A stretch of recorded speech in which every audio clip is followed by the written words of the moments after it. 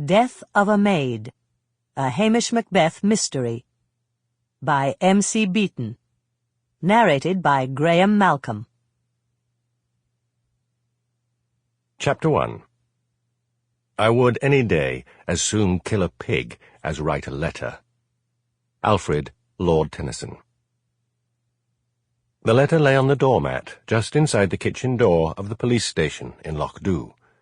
Police Constable Hamish Macbeth picked it up and turned it over. From the address on the back, he saw it was from Elspeth Grant.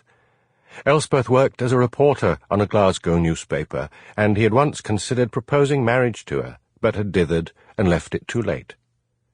He carried the letter into the kitchen and sat down at the table. His cat, Sonsie, stared at him curiously, and his dog, Lugs, put his paw on his master's knee and looked up at him with his odd blue eyes. "What's she writing to me about?" wondered Hamish aloud. Personal letters were rare and curious things nowadays, when most people used emails or text messages. He opened it reluctantly. Elspeth always made him feel guilty. She had once jeered at him that he was married to his dog and cat. "Dear Hamish," he read, "I have a few weeks' holiday owing, and would like to come back to Lochdubh. As I can now afford it, I shall be staying at the Castle Hotel. Knowing your vanity, I am sure you will think that I am pursuing you. That is not the case. I am not interested in you or your weird animals any more. This letter is just to clear matters up. Yours, Elspeth." "Now, there was no need to write such a thing," said Hamish, scratching his fiery hair.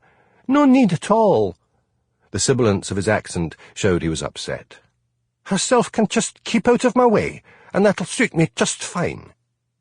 But he was hurt, and he felt guilty. He had treated her badly, blowing hot and cold, and the last frost had been caused by the news that his ex-fiancée, Priscilla Halberton Smythe, was returning to work at the Castle Hotel, owned by her parents. He could never quite rid himself of the attraction Priscilla held for him.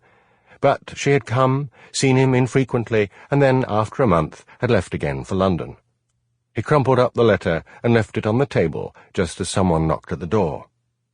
When he opened it, he looked down at the squat figure of Mrs. Mavis Gillespie. Mrs. Gillespie was a charwoman, although, in these politically correct days, she was referred to as my maid. She was considered an amazingly good cleaner. Hamish remembered with a sinking feeling that he had won her services in a church raffle. She bustled past him into the kitchen and took off her coat. Mrs. Gillespie was a round little woman in her 50s. Sample complete. Ready to continue?